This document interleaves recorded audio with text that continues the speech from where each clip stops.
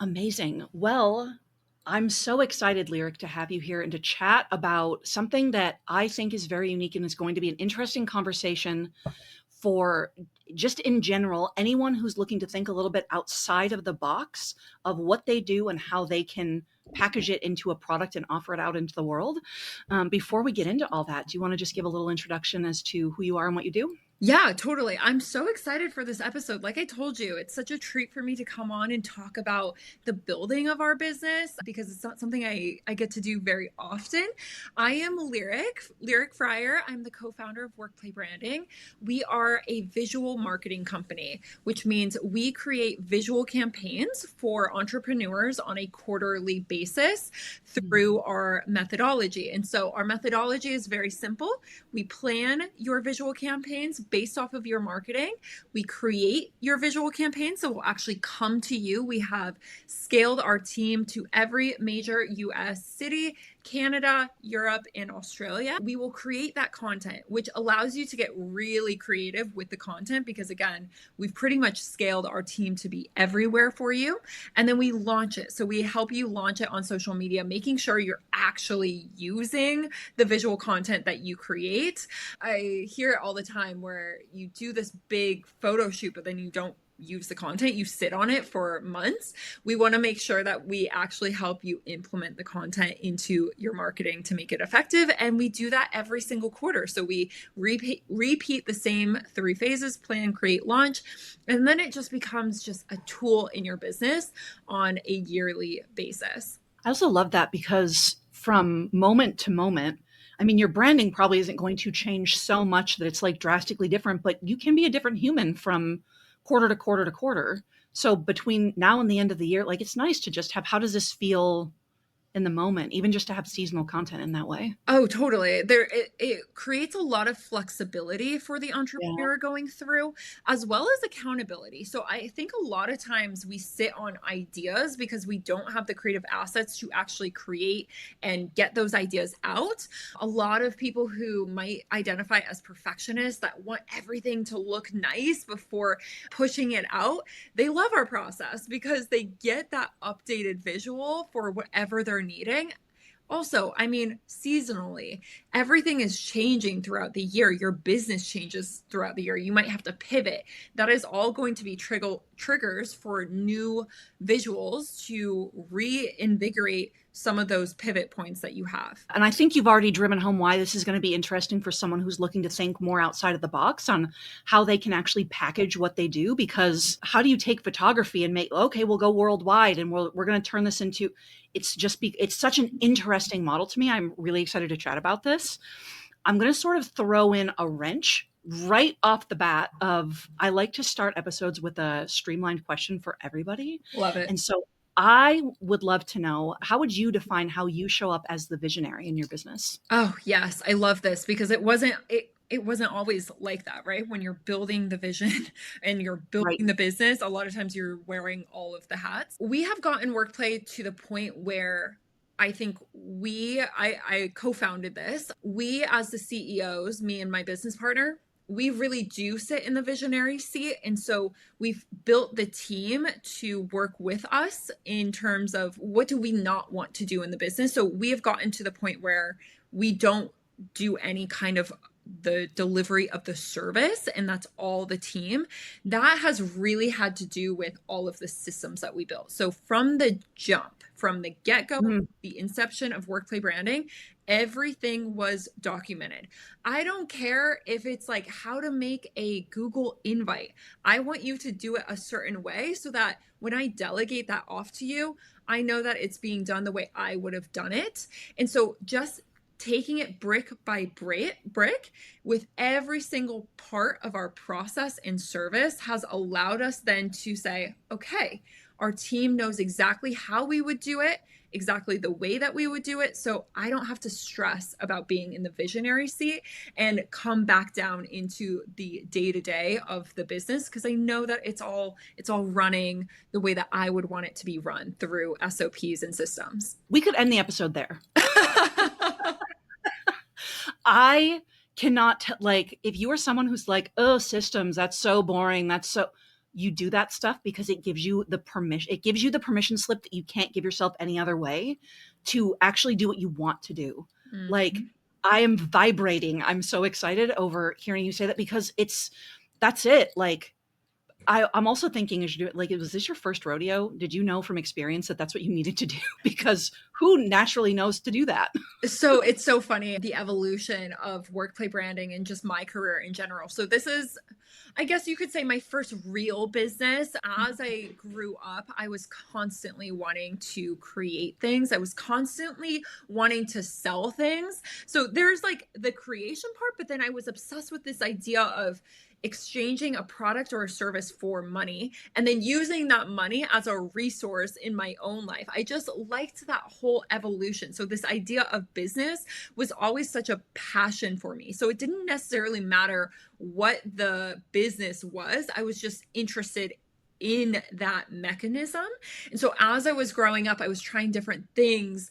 I always have definitely a creative background. Like photography was always a passion of mine. I loved the era of Instagram as it was coming up, where it was like all about, the photo. And so that was always a natural gravitation for me. But I created an iPhone case company when I was in college, like all of these things that I was doing just to get experience of how does this world of business work when you're exchanging service, product, value for money. And so when I graduated college, I was presented with this opportunity to start WorkPlay branding with my co-founder. And I was like, yes, let's do it. And I was living in Miami at the time and I had to make rent. So I got a bartending job and then built WorkPlay branding through 9 months after I graduated and was fully able to go full time after those 9 months, quit my bartending job. And I've been doing WorkPlay branding ever since for the past 7 or so years. Okay, so this is fascinating. So you were not professionally a photographer when you started this. I had an interest, but 100% self-taught. That's so okay. This makes it more interesting of like really thinking outside of the box of how you started. So the what we're looking at here, the case study that we're looking at is how you've built a high ticket yearly service based membership. So there's a year long commitment, right? Yep. Yeah, on a service based membership, which all of those things, high ticket membership. Okay, how do we sell that? A service based membership. Okay, well, how's that different than a retainer? Like, there's so many interesting points of how does this work? I do this thing where I like to throw 12 questions at you all at the same time. So I love it. a little bit of an overview of like how it structurally actually is built when someone hires you, if you have like different packages, or what that looks like in the actual delivery of the service, but also what preempted building this specific version of the model. Yeah. How did that even come to be? Yeah, no, I think it's really important to talk about why we made the decision to make it this way so you understand where we're coming from. And I think Yeah. when you look at the service-based industry in general, a lot of it is project-based. So you hire, or a client hires you for one transformation and then they go on their merry way, right? And so I don't, that in my own nervous system, that doesn't feel safe for me. What feels Mhm. safe is having recurring revenue coming in the door every single month so that I can just focus on where I want to focus and where I want to steer the business. I don't want to have to think about how much money is coming in any given month, if that makes sense. And so having recurring revenue in general is just going to soften that, at least for me. I don't like the hustle every single month getting a certain number of clients. I don't want that. And so if I had that, it's gonna pull me in all of these different directions. So kind of going back to that original question, how do you sit in the visionary seat? That is a piece of it. Feeling really safe in your business is a huge piece of that. Not feeling this financial stress is a huge piece of that. So when we were looking at turning this into more of a membership model, service-based model, that was at the forefront of my mind. I was like, we have to do that because we can then almost predict how much revenue we're going to get in the coming months as a baseline. And then everything on top of that is just extra, right? And so that was where the thought happened.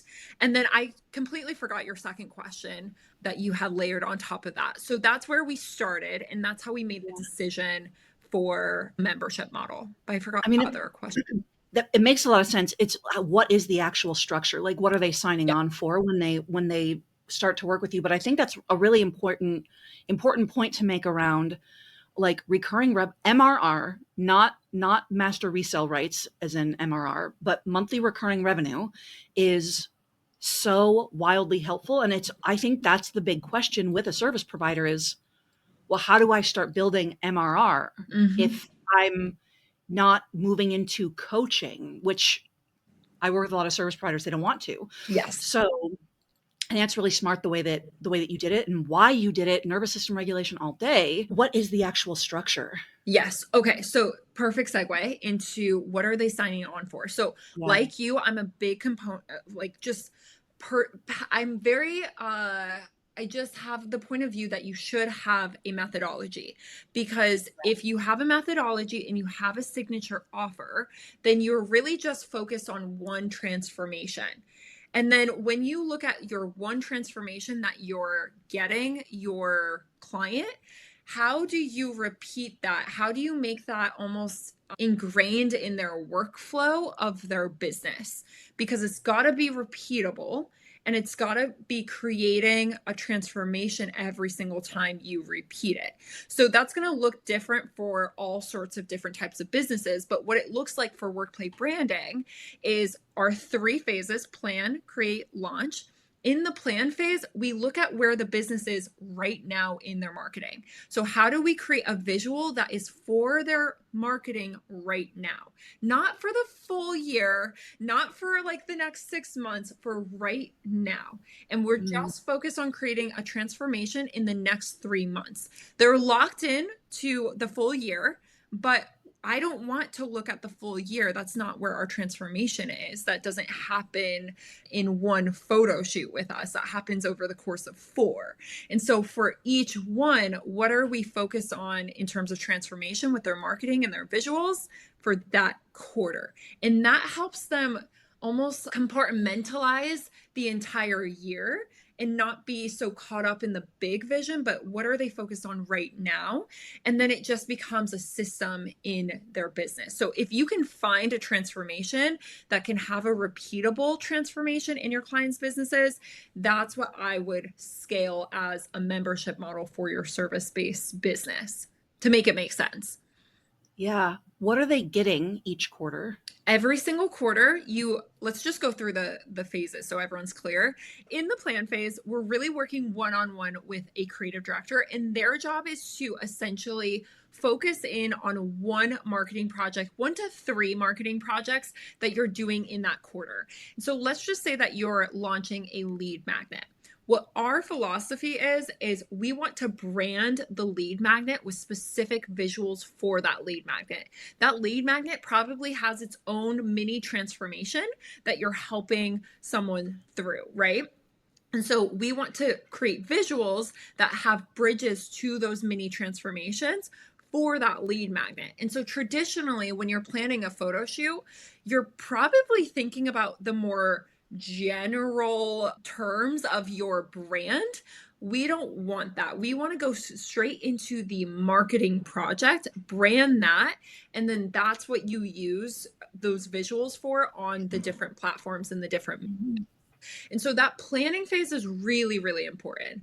Then we go into the create phase. So this is where we actually execute the visual planning that we did in the plan phase. So on that day, we stay with you for the entire day. We execute the planning of that. So all of the logistical nightmares of a photo shoot are kind of like taken care of because we've already pre-done all of the planning. And then the day of is just super fun. We just create.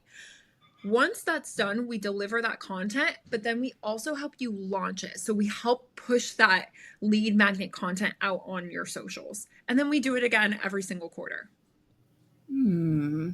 Is there a certain number of like photos that they is I have several questions off this.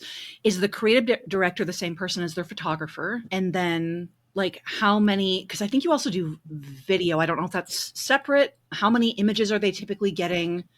Is it, I'm assuming you're doing all the editing. Yep. Yes. So the creative directors are content creators in our process.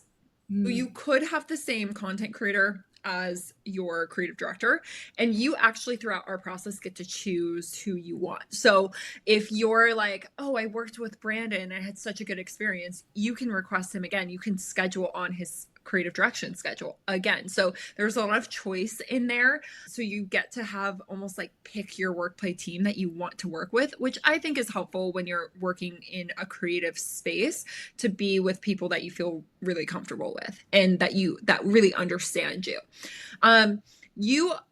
Part of our process and part of, I think, our success is being super disruptive in the industry.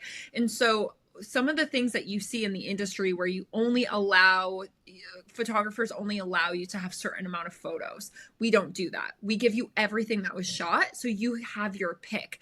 We don't want to pick for you. We want you to pick your favorites because it's your brand and it's your thing that you're marketing. And so that's something that's very different about us. We also can do video at the same time as photo. Same thing. Everything that was shot, you get. And so this almost like abundance of content that you get throughout our process, again, is very disruptive and very attractive to our ideal client as we're marketing, because again, in the industry, we're trying to flip certain things on its head, and we can only do that through systems, right? So there's a reason why in different industries, they are the way that they are, because people are trading their time for money, and systems almost like it helps shorten the time that it takes to do something, and you're able to essentially charge less if you want, if that's what you want, or have a better margin. So it just depends on what your goals are. Oh, I have so much that comes to mind off of this. I mean, I think what I'm thinking through as you're talking through it, like how am I thinking about marketing this? How would I think about how this works? Because I think the initial thing that comes up for me is getting someone to understand why they need this for a full year and buying into 4 different shoots. And my initial thought is like someone who's newer in their business, do they need it? Do they understand? Is it the first thing that comes to mind? And like, I think that this is whether that comes into play or not, this is so perfect for someone who is a little bit more advanced into their journey. I don't know if that comes into play to who you're marketing to, or if this is why you built it that way, of you are naturally attracting someone who understands the assignment already. This is something that they need. Yeah, what's funny is I have a list of things on why this is successful in the way that we've created it. And I think this might be helpful to your listeners as they create their own things. So first off, the timeline and the time commitment that we have, it creates accountability, and we can sell and market and package accountability. Look, you did this on your own. How much did you get done? This is a process and a system that is going to take you through it, whether you like it or not. And because of that, you're going to get more stuff done throughout the year. So just having a process and a system to hold you through the entire year that has such a layer on everything you're doing in your marketing is just a huge value add to someone committing to a full year. The second thing is cost. So we operate at a very low monthly fee. It's one of our disruptive natures. $497 a month for 12 months.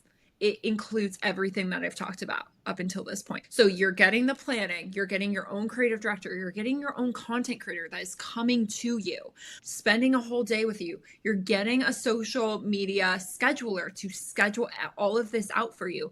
This is all within the $497 price point. So that allows us to market to anyone. We don't want costs or even where you're at in your business to be an excuse as to why you don't have good visuals. Because again, how someone is perceiving you is so important to your business. How they're experiencing you online is so important.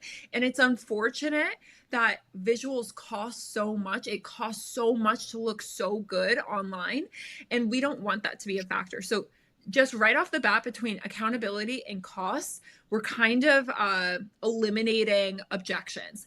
And then again, we have a full team. So this isn't just, you're not just working with one person, you're working with a full team guiding you. And that team is in their zone of genius because Yeah. we have different phases: plan, create, launch. You're getting a team that is so dialed into each of these zones in the system that you're actually getting more than if you were to just work with one person.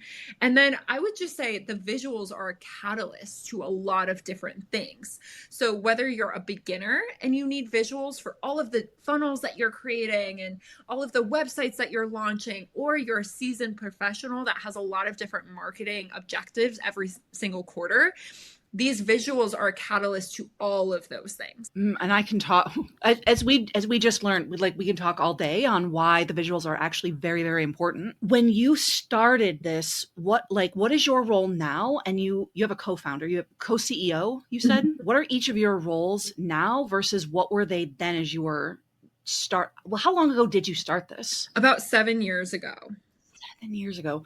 Okay, so what has that evolution been around? What is the actual role that you are each taking on? Yes, and I just want to manage expectations here. This is a huge feat to do an operation like this and to actually build it. So it is not for everyone to build, but if you're like, I want more, I want to do something big, having a co-founder, having a partner, I don't know if WorkPlay is the company that it is without the both of us, because there are so many components of this company. The team is so large. The systems are so big and complicated that without a co-founder, I don't know if it works. I also don't know if it works if we didn't have our COO, who has grown the company from the bottom up, didn't take a paycheck the way we didn't take a paycheck at the beginning, and has grown, and is now, obviously the highest paid in our company. But it doesn't work without the three of us, because we need our COO to be in the day-to-day, in the operation, to allow us to be visionary together. And then just looking at us from founder CEO level, because we're so aligned with the mission and the vision, it tends to be really natural. But we also have to be able to talk to each other in very transparent ways. And we have to be able to get mad at each other and be okay with that. And we have to be able to disagree. We have to, be able to understand, okay, are you doing the work on this and while I do this? And it's not always 50-50, right? It's kind of like a relationship, a romantic relationship. It's not always 50-50. Sometimes you're putting in more work than the other partner, and vice versa, depending on the season of life that each of you are in or what you're needing in that moment. And I think that we have a lot of space and grace for each other to be able to do that over the years. I love that. I'm glad that you said I want to manage expectations around this, because what you just said is you started the company with a co-founder and a COO. So someone who you can say what this person was doing, but generally who understands how to actually execute on whatever the vision and the strategy are being teed up to be. To have three people who are invested in making sure this functions from a high level to the point where you're at a point where you're all willing to not take a paycheck at first. That's a lot of buy-in. That's a huge privilege compared to starting as a solopreneur. And you're just sort of on an island of, what do I want to do and how do I do it and how do I do all these things myself? Now I've got all these great ideas, but how do I actually take action on them? That is a extraordinary place to be able to start it from. How has it changed since then? Has it basically been, this is the vision from the beginning and it's just sort of grown bigger, or has it evolved? So back in 2021, we switched it to be the membership model in terms of pay structure. When it comes to the actual transformation, we've always had our steps. When we switched it to be a more of a membership model, we trimmed the fat on those steps to be 1, 2, 3. Can we get the same result with less steps, less services? And then it became what it is now. So when you are looking at building, if you want to build a similar model, you might have to trim the fat around some of the transformations that you are creating. When you look at your full client experience, do you need every single piece of that to create the end result? Sometimes you do, sometimes you don't. But I think asking yourself the question can be very helpful, because again, if you're wanting that consistency in revenue through consistent transformations, you're going to have to be able to deliver on that promise, right? And so then you're going to have to make systems around it. Well, who actually implements the systems? Your team. Their time costs money. So you're going to have to make these very specific decisions on your transformation to trim the fat, to then scale a service-based membership up. 1,000%. Simplify to scale. And to your point, I think especially once you start to get established in what you're doing and how you're doing it, and you have an understanding of like really how you're serving clients and what your process is, you start to see, if you look closely enough, you start to see very clearly that like 80% of your results are coming from 20% of your effort. What is it, like the Pareto principle or something? Pareto principle. So I think that's really, really smart, especially if you want to scale, you have to simplify. You have to go into this as like not being married to any one given thing, and be willing to look at things sort of more holistically of like what is actually serving you. I would be curious to know, what was the transition? What were you packaging before, and what preempted needing to make that switch to be able to move forward? Well, people in our clients, before we made that switch, were asking us again and again, well, can I just keep doing this with you? So we were having that data of like, okay, they want to keep doing this. How do we make it easy for them to do it? Well, if we just split up this project cost in an easy monthly fee, then we can continue to service them. We might not make as much money, like cash coming in right away, but it builds the foundation to be able to build up that MRR every single month. And so we did have to have a little bit of a sacrifice there of not like landing a $6,000 project right away and getting that cash in the bank. We had to, pitch $497. That's what we would get that month. But we wanted to be patient with it, because we knew what would happen as we created more and more clientele from the base. And we knew that our clientele would keep coming back because they were already asking to come back. So if you're providing a transformation where people are like literally trying to hand you their money, right? How do you make that easier for them to do that? And then how do you think about the bigger vision of like, okay, well, I've got 2 clients right now asking this, but what if you had 50, right? What would that look like? So be careful on if you do want to scale something like this, not to be so greedy maybe in the beginning of like, and maybe greedy isn't the right word, but like be almost patient with it to get to that bigger vision. Because now I'm like, oh, thank God we made that decision.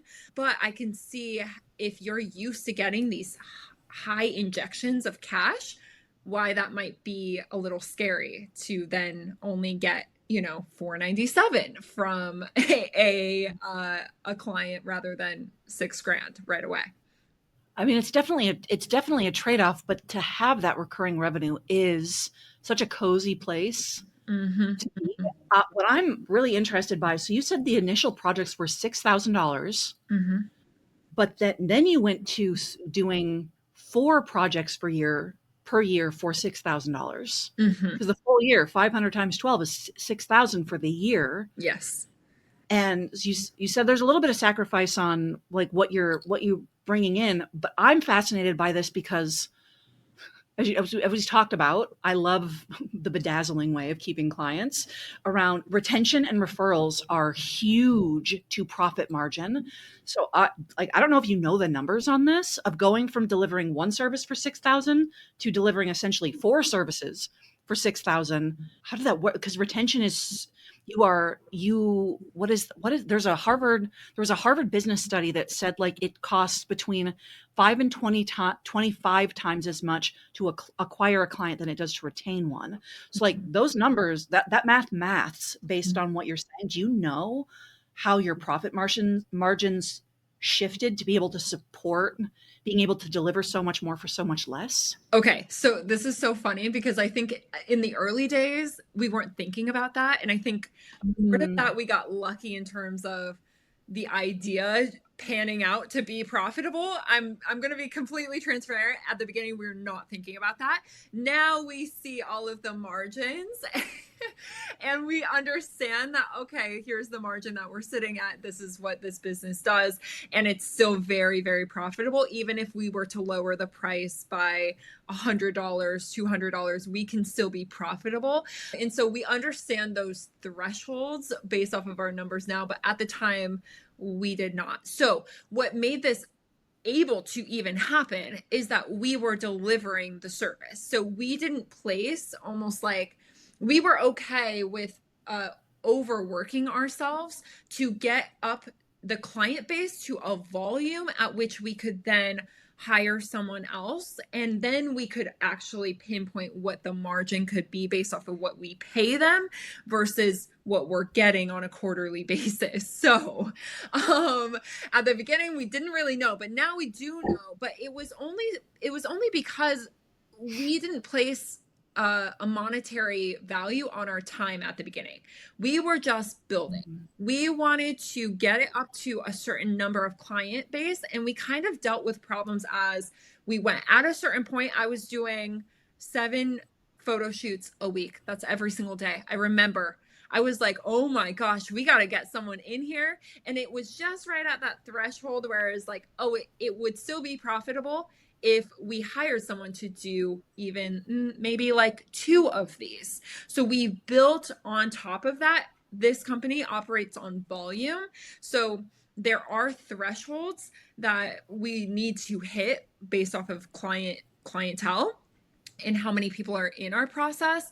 But we now know those thresholds. At the beginning, we didn't know. We were kind of basing it off of, okay, what do we have now? How much are we doing? How much can we afford to delegate? Can you share a little bit more around that? Like, can you share more on like what those thresholds are or how you're sort of measuring that?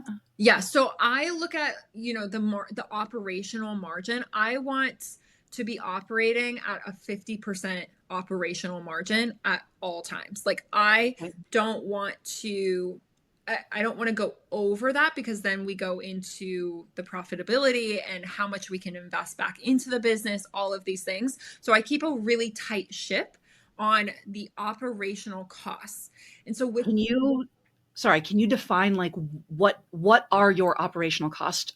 Whose salaries are coming into play or not coming into play? Like what are those for you? Yes, I'm looking at all from the operational margin. I look at everything from the tech that we use. I look at everything from the contractors that we use. I look at everything from the salaries. All of that are our operational costs. And so I need that at any given time to be 50% of what we're making that month, that year. I like to go by months. I don't like looking at the year. I like to look at months.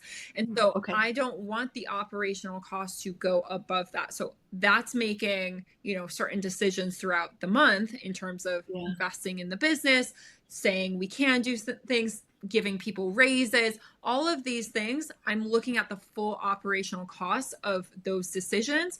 If it's going over that 50%, I don't want to do it. If it's under, I don't want to do, or I can do it, but then what is the long-term effect of doing that? So those are all things that I'm looking at when I'm making financial decisions to keep the margin really tight and everything very profitable. Some things you can't do just yet until you hit a certain threshold of MRR and number of clients. So those are all things that I'm thinking about and deciding on when making those decisions, and being really careful not to make a financial decision that can't flex with the revenue going up or down. At some point you have to learn how to have these or you either need like a CFO type person, or you have to figure out how to look at some of this stuff. I think this is the systems piece, check. I love that. The financial piece, check. Love that. Like there's a lot of intelligence behind what you're saying around how to actually make things function. I just want to be clear, like for someone who doesn't have a financial brain, because I think that for a lot of business owners is like the piece of the puzzle that doesn't come as naturally, because like we're the idea people, we're not necessarily the money people. Mm-hmm. So you've got your operational threshold is 50%. Outside of that, you've got like taxes that you're setting aside. Is your owner's salary going outside of that owner's draw? And then like, are you putting intentional aside for profit? Yes. Okay. So when I look at the operational margin, we're an S corp, so we have to take a salary. So all of that goes into your salary, goes into the operations of the business. I don't want to take that out because that wouldn't be accurate to our profit. So you have to think about your salary. You have to think about everyone else's salary, right? Anything on top of that and what you want to set aside, once you have a clear definition of what your profit is, then that's up to you. If you want to take owner's draws, if you want to reinvest it back, I don't know, whatever you want to do. But having that really clear, defined line is important, and including your salary, because you do have to pay yourself. So I think the biggest mistake is, and I've done it, in the past, where it's like, oh, my salary doesn't matter, so I'm not going to count that in the operations. That's not necessarily true. It does matter, and it affects your profitability if you're taking money from the profit essentially and saying, hey, that's my salary. There's not a clean way of running things and understanding your numbers. And then say it louder.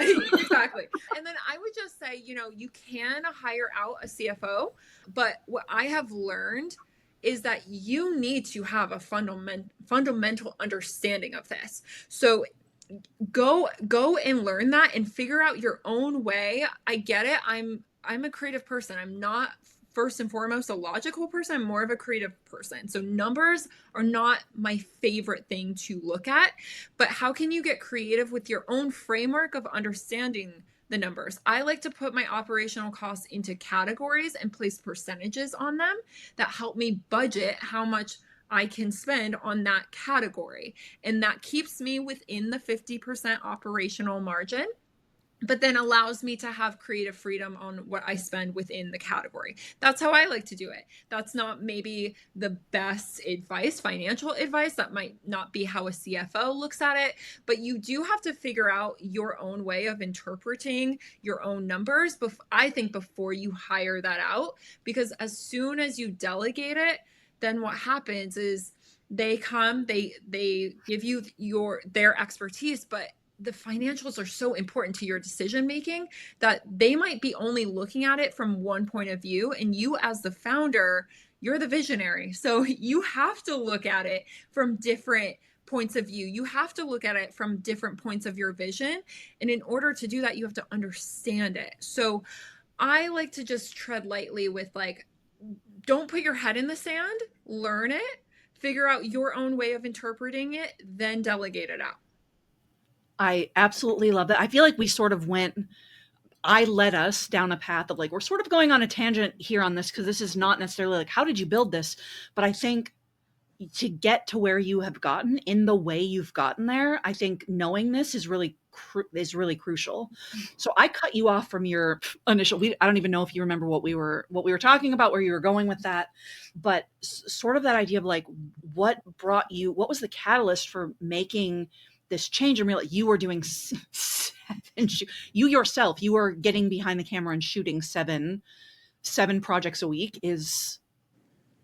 That's so much. But that's also, I mean, like going back, like what was the catalyst for needing to make that switch based on where your time and efforts were going? I think honestly, I'm very energetic and intuitive in the way that I make decisions, especially as we've grown this. So when you're building something and you're working, I think you start to feel when it's time. And then the new question is, okay, well then how do we figure that out? So I was never thinking, especially when building, like 5 steps ahead and being not in the weeds first. I needed to understand what the weeds felt like, what it seems like, even to have empathy for my own team. Like I would never book them back to back like that. I would never book them even back to back 3 times in a week, right? Because I understand I've been through that. So I think the catalyst was saying, look, we've got enough money in the bank. Okay, let's look at these numbers and where we want them to be. Let's look at how much we're willing to spend and still how much we would have left over. And then let's ease into it. I didn't go into it saying we need 7 new photographers. You know what I mean? I didn't go into it saying we need a photographer to take over everything that I'm doing right now. We eased into it so that A, the quality doesn't go down, but B, so we understand how to even work with another team member, how to even like work with the systems within that department that we were doing on our own. And so that takes time, and it takes time to slowly place people where their skill set is. It takes time to recognize skill set. It takes time to even figure out if you're paying them correctly, I think. And so especially with where you want the numbers to be in your own business. So I would say go in on the lower end. So pay on the lower end and build from there to then get a more well-rounded answer to that. So we started off with just different ways that we would find our photographers is completely different than how we find them now and how we pay them now. So you do have to experiment, but I do think it comes from like what feels really good right now in this season of business, that feels safe, that feels comfortable, that's not going to dive the business into the ground. And then you start to learn from there. It's hard because there's no one set answer, and you have to really kind of pave that way. But there are, patterns that you can take from, I think, even how we've built WorkPlay Branding, of like start small. Don't hire someone right off the bat that's going to be $5,000 that's taking up all of your cash, right? Like, how do you get scrappy with things? So I would say you'll know when it feels right, and be scrappy with it. Don't try and get like the fancy thing right away. Oh, yeah, I have so many questions. So when you were initially having the conversation on which way to go, when you were switching from project-based to membership-based, do you remember like any of the questions that you were asking or the conversations that you and your co-CEO were having, or if your COO was involved at all in any of those conversations? Either just what sparked the dialogue and how did you process through making the decision of the switching to the membership? Yeah. Again, I think it came down to literally nervous system regulation. How are we going to build this business where we don't feel stressed? And then how are we going to build this business that is sustainable? To me, sustainability, like the cash that gets injected into your business, is the oxygen. I'm like, how do we have the most amount of oxygen at any given time? And I don't want to have to be like gasping for air every single month. So when we were talking about it, I know that my co-founder was a little bit more hesitant to go into the membership model because there wasn't that initial cash injection. So when we were having those conversations, some of the points that I made was, look, yes, it's not as much right now, but it's secured income. So it's income that is going to continuously come. And we know that people want this. We know that people are wanting to keep this in their business. We know that the referrals have just been, the word of mouth has been off the hook. Think about what it looks like when we have 10 more clients, 20 more clients, and showcasing those numbers really helped make that decision easier, because now we had a vision, a North Star to go off of. And then the foundation, though, was really safe. Yeah. I think that's a really important thing to look at, what you just said around what will this look like? What would it look like when we have 10 more, 20 more, 30 more, 50 more, if you start looking at, if my business were to double overnight, triple overnight, 10x overnight, how would this function?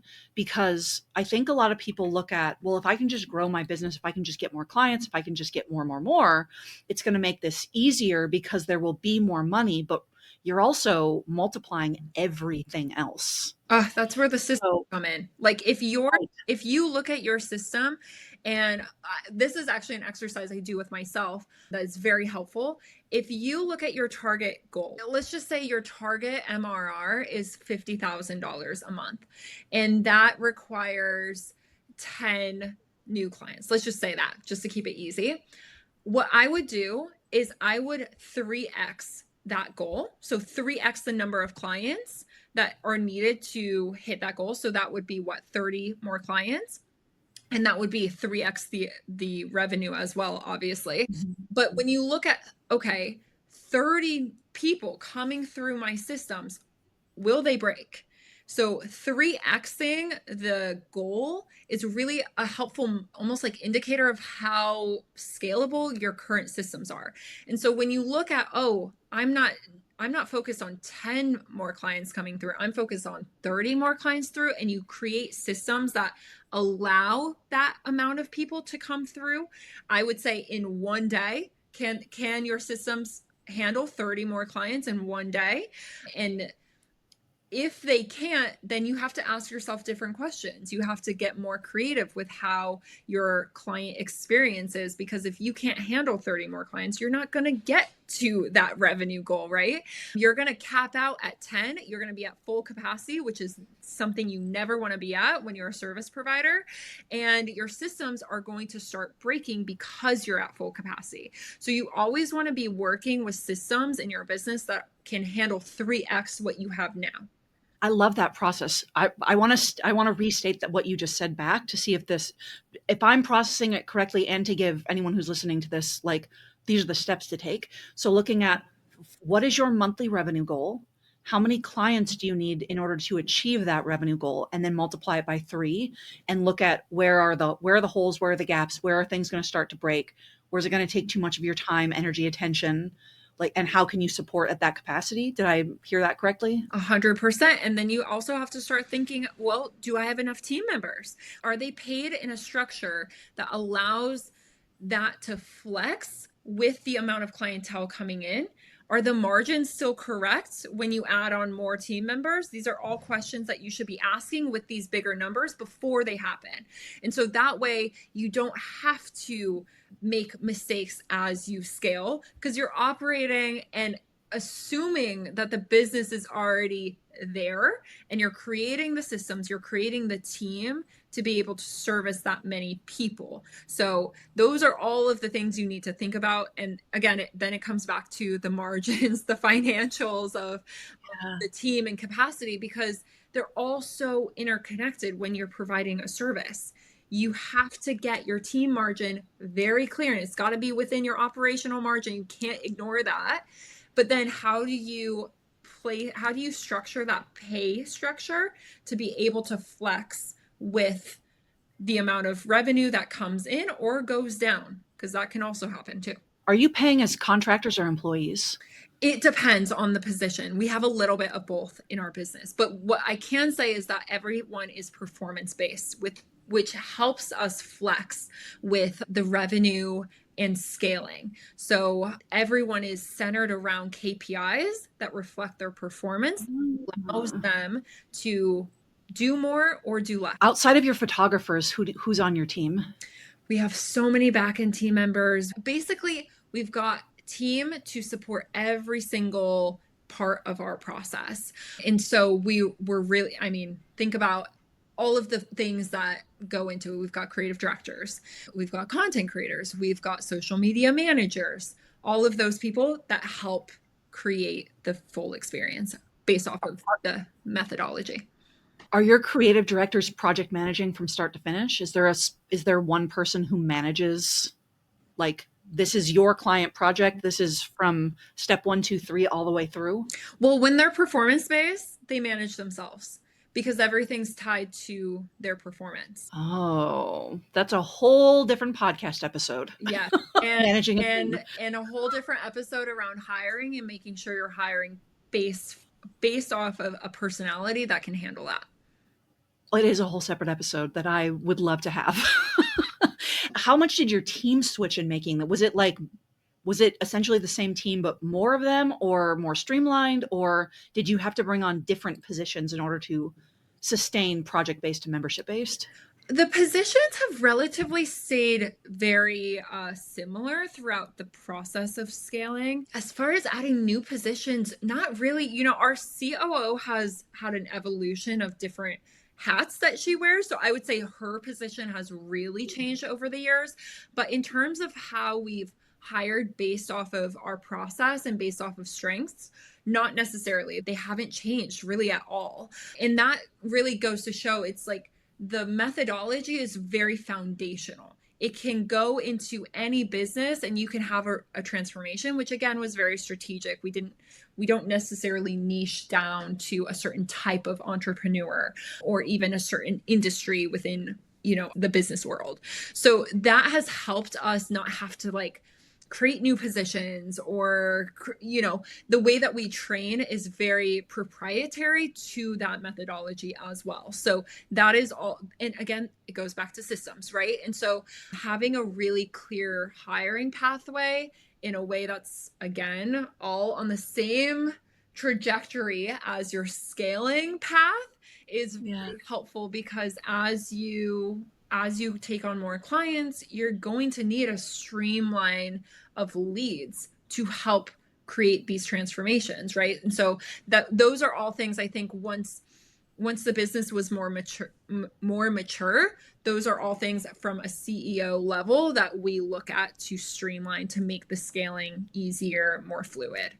I feel like I could just sit here and talk about this all day, and we don't have all day for time. So I want to wrap it up with a couple of things. We didn't really dangle a carrot in the beginning of like, what all has this actually given you? Because it's an interesting model. It's clearly worked because you're talking about, you've got a team, you've expanded locations. So it's clearly working, but like, can you speak a little bit to specifically what it has given you, both from a business standpoint of like how you've been able to grow like revenue wise, as much as you're willing to say or not say, on how that has supported you in that sense, but also like what it's given you in your personal life and your ability to be able to, I love life first business conversations around how it's been able to support you and living the life that you want. Cause I know it looks like you travel a lot from now that we follow each other on Instagram type things. Yes, I know. I would be happy to answer this. So yes, WorkPlay Branding is a 7-figure business. It has truly scaled over the years. And what that's really given me as one of the co-founders is just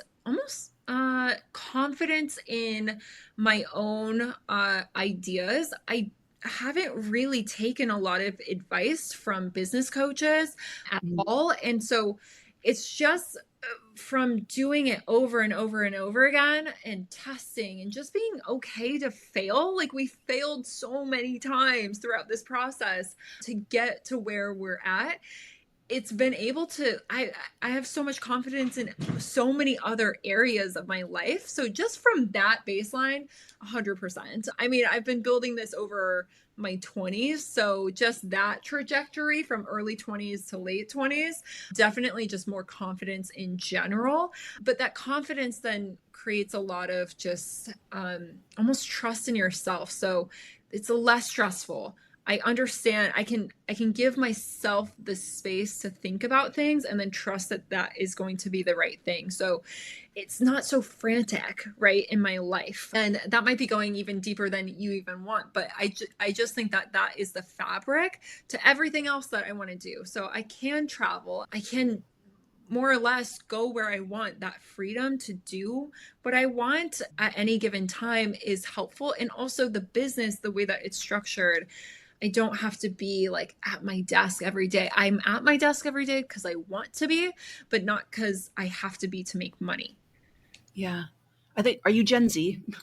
I'm like what they call a zillennial. So I was born in 97. So I'm like the first or second year of Gen Z, but I grew up with all of the millennial things. So I feel like the between 96 and 99 is kind of like this in-between generation that can identify with both. So it's hard because I'm like, oh, if I go to millennial, I don't get it. If I go to Gen Z, I don't get it. So I'm like right there in the middle. I'm still trying to get used to like the baggy pants and TikTok. But then if I go like, all the way millennial to like, the punk rock phases, I'm like, I didn't grow up with that, so I'm like, I'm lost in the generations. The punk rock I am a millennial, and I'm like, punk rock phase. We had like the teeny bopper phase. I feel it was like the Backstreet Boys and Yes, NSYNC. yeah. That's so fun. It's my sister's 96. But I think like that is the Gen Z gift to the world as far as like business and energy and how you're showing up, whether it's your business or like the corporate world or whatever. It's that sense of figuring out what is going to make the most sense for you in the way that your energy functions and the way that you structure your life. And you don't have to sacrifice your dreams, your goals, your ambition. You get to have that. You get to figure it out and like be ruthless in the pursuit of it. Oh yes. Oh yes. I'm very into Definitely. that. Yes, definitely ruthless. And I don't have a balance, but that's by choice. That's because I'm just so passionate about everything. It's like either I'm full blown like travel or I'm full blown work mode. So I don't know if that's healthy or not, but I'm still in my 20s. So maybe I'm not the best person to give advice around that. I still operate that way. I don't think it's about balance. It's about harmony is the word that I like Yeah. to use. It's Yeah. like, it's never about like keeping the scale equal. It's about finding what's going to work for you in the season that you're in. So I'm with it. I totally agree. If someone else is starting to think about like, how could I start to think outside of the box I keep using that phrase, which was not really the intention coming into this, but if someone's trying to think of more creative ways on how they could grow something, like I'm thinking about, I've got a lot of moms that I work with, and like I've got one right now who's pregnant and having another child, and thinking about, she's a service provider, like, do I want to take this in agency direction? How could I make this more aligned to the life that I'm trying to build? So if someone's trying to find a creative solution, like what would be either your advice or your starting point of what to get clear on, whether they choose to do anything like disruptive like you've done in this sense, but to sort of show them what their North Star might be. Totally. And I hope I've made myself clear, like this model, this almost like agency like model is not for everyone. A lot of service providers I talk to actually don't want a team. They don't want to have to manage people. Managing people is a full-time job. We've got a It's a whole skill. Yes, it's a full skill. It's a full-time job. You've got to deal with things that most people don't have to deal with because you're dealing with people. And so understanding how people work is like a prerequisite to owning, or not owning, but having a team. And so if that is not like attractive to you, if that is attractive to you, I would say the same thing. You have to systemize your client experience.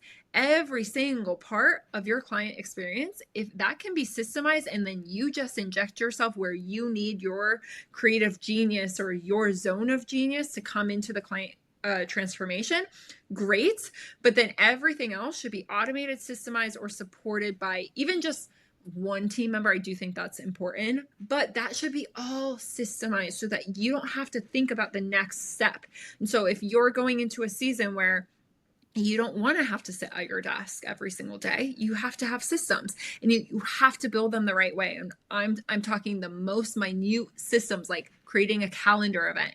How do you reschedule people on your calendar? Those are all systems you have to create brick by brick by brick in order to have a business that runs without you, but runs really effective in the way that you would want it. Because if you delegate things or if you automate things and they're not the way that you want it, you're going to be so stressed and clients aren't going to be happy. I think that's the advice that some people might not want to hear, but that everyone needs to hear. Like, I don't care if you don't want a team, if you don't want to go more of an agency route, if you don't want to scale to the moon, if you don't want the 7 figure, it does not matter.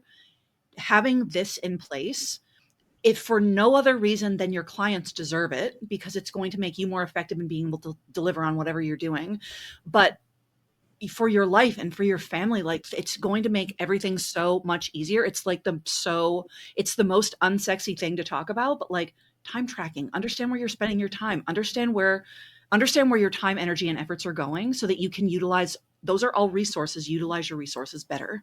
100%. And then you can just focus on getting more people, right? It's like Yeah. that can be the easy cherry on top part. Yeah. But yeah, I agree. Systems are sexy. They really are. I feel like our brains work very similarly in like, I have a creative background in that I'm a performing artist. You clearly have a creative, but like you're a photographer. I do photography also in a previous life, but like the strategic brain that lies inside of that to like figure out how to marry the two things is Mm-hmm. like, we just sit here and talk about this all day. Yeah. And I would say, even if you have a creative, more of a creative brain, like just force yourself to learn the systematic piece of business. You're a business owner. Like you could be a creative and you could, go ahead, work for someone else, bring your creative genius and work for someone else. Right. But if you own a business, these are the things that you have to know. So I almost like don't have any empathy if you just put your head in the sand and you don't learn this. This is the part of business that you have to have. This is what businesses are. They're systematic processes. So I don't know if this is like a little kick in the pants, but you've got to have it. That's the role that you've chosen to be in. I'm going to put a clip of you saying, I have no empathy if you choose to put your head in the sand around this. I'm going to take a little clip and I'm going to make a GIF out of it. And I'm going to put it in the front page of every learning portal of everything. Oh, yes. I mean, here's the advice. Here's what you need to hear. I am all about like really radical, like accountability, self-accountability.